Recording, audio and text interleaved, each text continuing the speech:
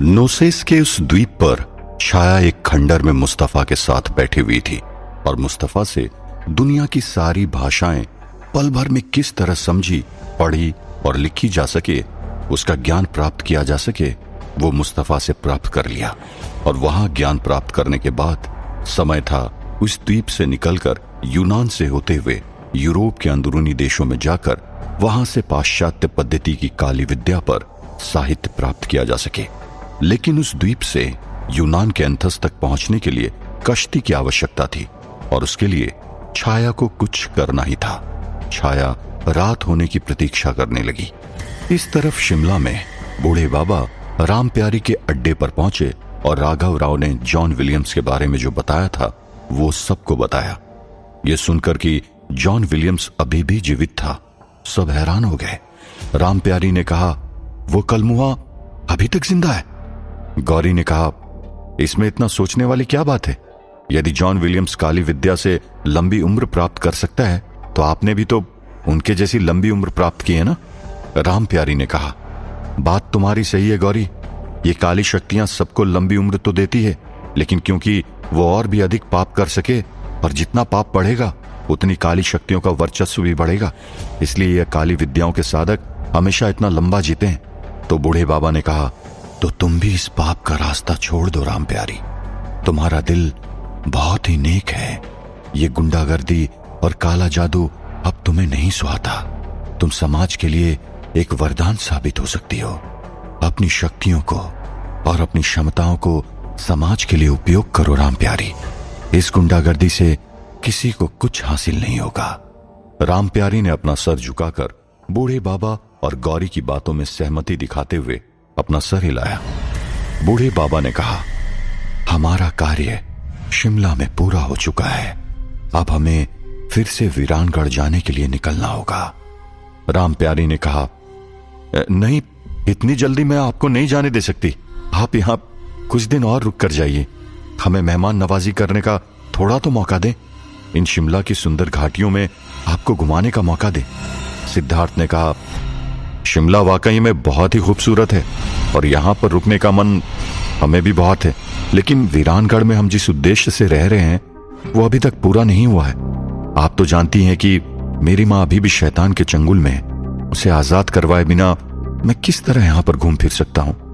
हमें जाना ही होगा। बूढ़े बाबा ने कहा, सिद्धार्थ ठीक कह रहा है, और तो और शैतानी शक्तियां हमारी अनुपस्थिति में पता नहीं वीरानगढ़ में क्या उत्पात मचा रही होगी। आपका कहना ही हमारे लिए बहुत था। हम आपसे वादा करते हैं कि हम बहुत जल्द फिर से शिमला आएंगे, तब जी भर के घूम फिर लेंगे। गौरी को वहां पर रुकने का बहुत मन था, लेकिन सिद्धार्थ और बूढ़े बाबा का कहना भी ठीक था। तब राम प्यारी ने कहा, ठीक है, मैं आपको ज्यादा समय रुकने के लिए नहीं कहूंगी, लेकिन मैंने आपकी एक बात मानी तो आपको भी मेरी एक बात माननी होगी। आप 2-3 दिन भले ही ना सही, लेकिन आज रात तक तो आप सबको यहां पर रुकना ही होगा। फिर कल सुबह होते ही भले आप फिर से चले जाना, मैं आपको नहीं रोकूंगी। गौरी ने कहा, इतना कह रही है तो इनकी बातों का मान रखने के लिए ही सही आज रात को यहां पर रुक जाते हैं, फिर पता नहीं कब यहां पर आने का मौका मिलेगा। और इसके बाद तो सिर्फ राजस्थान की गर्मी और वीरानगढ़ की मनहूसियत के बीच में ही दिन गुजारने हैं। राम प्यारी और गौरी की बात को मानते हुए बूढ़े बाबा और सिद्धार्थ ने भी हंसकर हाँ कर दिया। राम प्यारी ने अपने आदमियों से कहलवाकर बूढ़े बाबा, सिद्धार्थ और गौरी को घुमाने फिराने और रात के मनोरंजन की तैयारियां करवानी शुरू कर दी। राम प्यारी और उसके आदमियों के साथ एक निजी बस में बैठकर सिद्धार्थ, गौरी और बूढ़े बाबा शिमला की सैर करने निकले थे। शिमला की सुंदर घाटियों में वो बस उन्हें ले जा रही थी और शिमला की वादियों में सुंदर दृश्य देखकर तीनों आनंदित हो रहे थे। शाम का समय था और सूरज भी ढलने वाला था। आज कितने समय में पहली बार तीनों सारी चिंताएं भूलकर निश्चिंत होकर मजे कर रहे थे। उस तरफ वीरानगढ़ में अनंग पिशाच अपनी महापरिवर्तन की तैयारियां शुरू करने लगा। यक्षराज भद्रशाल ने उसे दी गई सूची अनुसार उसने गांव के आसपास रहे हुए 5 पवित्र माने जाने वाले पेड़ों की कुछ टहनियां तोड़कर अपने पास रख ली। मोतीबाई से कहकर कुमकुम, कपूर इत्यादि पूजा की सामग्री भी तैयार करवाई। उसके बाद उसने वीरानगढ़ की मिट्टी एक कपड़े में बांधकर अपने साथ उसे भी ले लिया और यह सारा सामान लेकर उसने अपना आकार बढ़ाया और अपनी पीठ के ऊपर मोतीबाई को बिठाया और फिर से छलांग लगाकर आकाश में उड़ते हुए पद्म सरोवर की ओर आगे बढ़ा। कुछ देर उड़ने के बाद वो वृक्ष आया जिसके ऊपर बैठकर उसने तपस्या की थी। वो क्षण भर के लिए उस वृक्ष के पास रुका और उस वृक्ष का नमस्कार करके उसके पेड़ की टहनी को भी तोड़कर अपने साथ रख लिया और फिर से पद्म सरोवर की ओर उड़ गया। कुछ देर के बाद वहां उस पद्म सरोवर के पास जाकर वहां पर द्वार के पास जाकर रुक गया और आकाश से नीचे उतरा। मोतीबाई उसके पीठ पर से नीचे उतरी। मोतीबाई पद्म सरोवर की सुंदरता देखकर स्तब्ध रह गई थी। उन्होंने अपने जीवन में कभी भी इतनी सुंदर जगह नहीं देखी थी। मोतीबाई आंखें फाड़ कर देखती रही। मोतीबाई ने आश्चर्यचकित होते हुए कहा, यह जगह कितनी प्यारी से, मानव धरती पर स्वर्ग उतर आया हो। इतनी सुंदर जगह आज तक मैंने कभी देखी कोना। पद्म सरोवर के आसपास चारों तरफ हरियाली ही हरियाली थी। एक तरफ आम के बगीचे थे तो दूसरी तरफ केले के सैकड़ों पेड़। एक तरफ रंग बिरंगी फूलों से भरपूर पेड़ थे तो दूसरी तरफ सुंदर मूर्तियों और फव्वारों से सजा हुआ बगीचा और उन सब के बीचों बीच विशाल पद्म सरोवर। उस सरोवर के चारों ओर सुंदर नक्काशी द्वारा 1008 स्तंभ थे। सारे स्तंभ दो दो की जोड़ी में थे और 2 स्तंभ सुंदर नक्काशी द्वारा तोरण से जुड़े हुए थे और नीचे का फर्श सुंदर अरस से बना हुआ था जिसके ऊपर बारीक से बारीक सुंदर मीनाकारी की हुई थी। हर स्तंभ के ऊपर चारों तरफ सुंदर नृत्यांगनाओं की मूर्तियां बनी हुई थी और हर एक नृत्यांगना के हाथ में एक एक वाद्ययंत्र था। किसी के हाथ में मुरली तो किसी के हाथ में मृदंग, किसी के हाथ में वीणा तो किसी के हाथ में रावण हत्था। इस तरह सारे के सारे 1008 स्तंभ सजे हुए थे और उन स्तंभों के ऊपर सुंदर लताएं लिपटी हुई थी जिस पर कई रंग बिरंगे फूल खिले हुए थे। सरोवर के प्रांगण के प्रवेश द्वार पर दोनों तरफ अरस के 2 बड़े बड़े हाथी बने हुए थे जिनकी सूंड ऊपर की ओर मुड़ी हुई थी और उनमें कमल का फूल था जैसे वो आने वाले का स्वागत कर रहे हो। और वहां पर कई पहरेदार और द्वारपाल थे। वो सारे के सारे पहरेदार और द्वारपाल नाग कुमार जाति के यक्षी थे। पद्म सरोवर कई सारे मगरमच्छ और सांपों से रक्षित था। वो सारे मगरमच्छ और सर्प दिव्य शक्ति युक्त यक्षी थे। उस पद्म सरोवर में असंख्य कमल के फूल खिले हुए थे। कुछ गुलाबी थे तो कुछ सफेद, कुछ नीले थे तो कुछ लाल, लेकिन उन सब के बीचों बीच एक बड़ा स्वर्ण कमल था और इस स्वर्ण कमल के ऊपर एक दिव्य तेज पिंड था। उस समय संध्या बेला थी। सूर्य अस्त हो रहा था और अस्त हो रहे सूर्य की केसरी किरणों से वो स्वर्ण कमल और भी अधिक चमक रहा था। यह स्थान मनुष्य और शैतानी शक्तियों की दृष्टि से ओझल था। शैतानी शक्तियां वहां पर कदम भी नहीं रख सकती थी। यदि उन्होंने वहां पर आने का प्रयत्न भी किया तो जल के भस्म हो जाते। इसी कारण कभी भी शैतानी शक्तियों ने वहां पर आने का प्रयत्न ही नहीं किया। वहां पर गिनचुन के कुछ मनुष्य ने कदम रखा था और ये भी यक्षों की परवानगी से। यह स्थान विशिष्ट प्रकार से केवल यक्षों के लिए आरक्षित था। यह पद्म सरोवर हजारों साल पहले ईश्वरीय शक्ति द्वारा उत्पन्न हुई थी। तब से लेकर अब तक इस सरोवर की पवित्रता की रक्षा का दायित्व यक्षों ने उठाया था और इस कर्तव्य का निर्वाह उन्होंने हजारों सालों से बखूबी निभाया था। अनंग पिशाच ने द्वारपालों के हाथों में खुद से लाई हुई सारी सामग्री थमा दी। द्वारपाल ने उन्हें बाहर प्रतीक्षा करने को कहा। अनंग पिशाच और मोतीबाई वहीं पर एक पेड़ के नीचे जाकर बैठ गए। सूर्यास्त हो गया था। वैसे वहां अंधेरा हो चुका था, लेकिन उस स्थान पर दिव्य तेज के कारण अंधेरा जैसा महसूस नहीं हो रहा था। अनंग पिशाच ने सिद्धार्थ, गौरी और बूढ़े बाबा के आने की सारी उम्मीदें छोड़ दी थी। एक तरफ उसके हृदय में महापरिवर्तन का उत्साह था तो वहीं दूसरी तरफ उन तीनों की अनुपस्थिति की हताशा।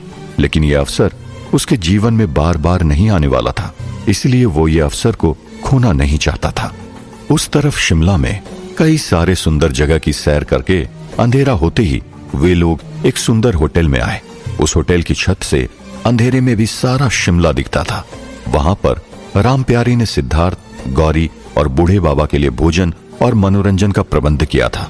सभी लोग वहां पर हिंदी फिल्मों के गानों पर झूम रहे थे और अच्छा खाना खाकर सुंदर वादी के दृश्य को निहार कर खुश हो रहे थे। राम प्यारी और उसके आदमी शौक से मदिरा पान भी कर रहे थे, लेकिन सिद्धार्थ, गौरी और बूढ़े बाबा ने मदिरा को छुआ तक नहीं था। वहां पर एक सुंदर प्रेम गीत बजने लगा और सिद्धार्थ और गौरी एक दूसरे के साथ प्रेम से झूमने लगे। सिद्धार्थ और गौरी एक दूसरे की आंखों ही आंखों में समा गए थे। उस प्रेम गीत को सुनकर बूढ़े बाबा भी भावुक हो गए और उन्हें भी कहीं न कहीं कजरी की याद आने लगी। सिद्धार्थ और गौरी उस लम्हे को खोना नहीं चाहते थे। गौरी उस लम्हे में सारा जीवन जी लेना चाहती थी, क्योंकि उसे पता था कि ऐसा लम्हा फिर से वीरानगढ़ में नहीं आने वाला। ऐसा लम्हा जहां पर किसी भी प्रकार की चिंता न हो, कोई कर्तव्य उन्हें बुला न रहा हो, किसी भूत प्रेत या शैतान की चिंता नहीं, और न ही किसी की रक्षा करने का महान दायित्व उनके कंधों पर हो। यदि कुछ हो तो सिर्फ एक दूसरे का साथ और एक दूसरे का प्यार। यदि कोई ऐसा लम्हा था तो सिर्फ यही था, इसी पल में था। और गौरी इस पल को पूरी तरह जीना चाहती थी। हर पल में सैकड़ों साल बांध लेने की कोशिश कर रही थी। सिद्धार्थ के प्रति सारा प्यार उसकी आंखों में आंसू बनकर छलक रहा था। वो सिद्धार्थ के सीने पर अपना सर रखकर खोसी गई थी।